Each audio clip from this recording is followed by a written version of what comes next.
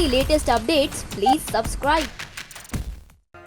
आपने इतिहास के प्रसिद्ध मेवाड़ के शासक राणा सांगा यानी महाराणा संग्राम सिंह का पेड़ के नीचे सोते हुए एक फोटो जरूर देखा होगा।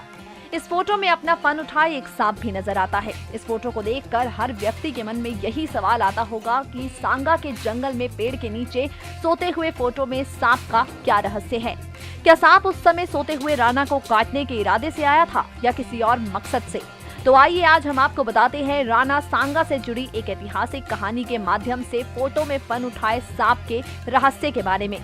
भविष्यकर्ताओं के द्वारा सांगा का चित्तौड़ का स्वामी बनने की भविष्यवाणी के बाद उसके भाइयों ने उस पर प्राण घातक हमला किया और उसे मारने के लिए हमेशा आगे रहे।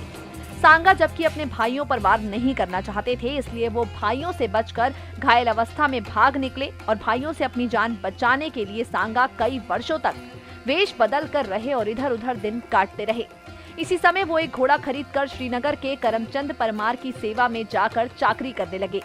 इतिहास में मशहूर है कि एक दिन करमचंद अपने किसी सैनिक अभियान के बाद जंगल में आराम कर रहे थे। उसी समय सांगा भी एक पेड़ के नीचे अपना घोड़ा बांधकर आराम करने लगे और उसे नींद आ गई।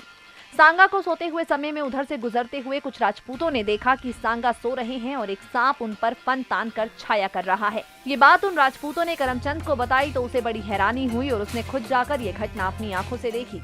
इस घटना के बाद करमचंद को सांगा पर शक हुआ कि हो ना हो ये कोई महापुरुष है या किसी बड़े राज्य का वारिस। गुप्त रूप से रह रहे सांगा ने उससे अपना सही परिचय बताने का आग्रह किया। तब सांगा ने उसे बताया कि वो मेवाड़ के राणा रायमल के पुत्र हैं और अपने भाइयों से जान बचाने के लिए भेष बदलकर दिन काट रहे हैं।